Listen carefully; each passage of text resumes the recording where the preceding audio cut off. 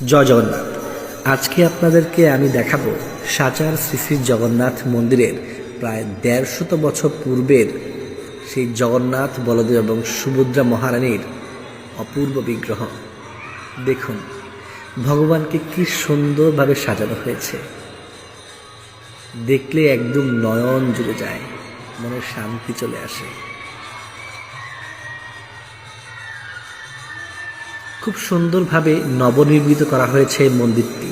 মন্দিরের চারপাশ নিখুঁতভাবে কারুকাজ করে সাজানো হয়েছে। যারা কখনো এই মন্দিরে আসেননি তারা কৃপা করে এই মন্দিরে আসবেন। আমি শতভাগ নিশ্চিত করে বলতে পারি আপনার মন প্রাণ একেবারেই ভরে যাবে, মনে প্রশান্তি চলে আসবে। মাঘী পূর্ণিমা উপলক্ষে এই মন্দিরে চলছে এখন ৪০ প্রহর ব্যাপী হরিনাম সংকীর্তন। এই ৫ দিন সারা দিন রাত শত শত ভক্তের সমাগম ঘটে হরিনাম শ্রবণ করতে এবং প্রভুকে দর্শন করার জন্য। দূর দূরান্ত হতে শত শত ভক্তবৃন্দ আসে এখানে। এছাড়াও প্রতি বছর প্রতিদিন এখানে প্রচুর ভক্তের সমাগম ঘটে শুধুমাত্র ভক্তদের মনস্কামনা পূরণের জন্য।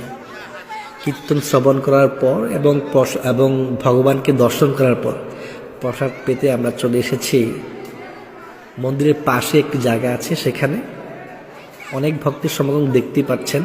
এটা মূলত দুর্গা মন্দির প্রাঙ্গণে প্রসাদ বিতরণ করা হয়।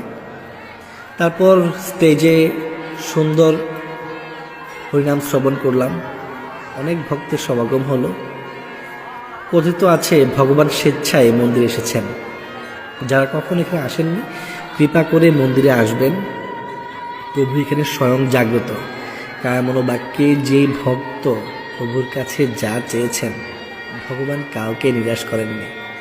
তবে অবশ্যই শুদ্ধ ভক্তি সহকারে আপনাকে প্রভুর নিকট চাইতে হবে।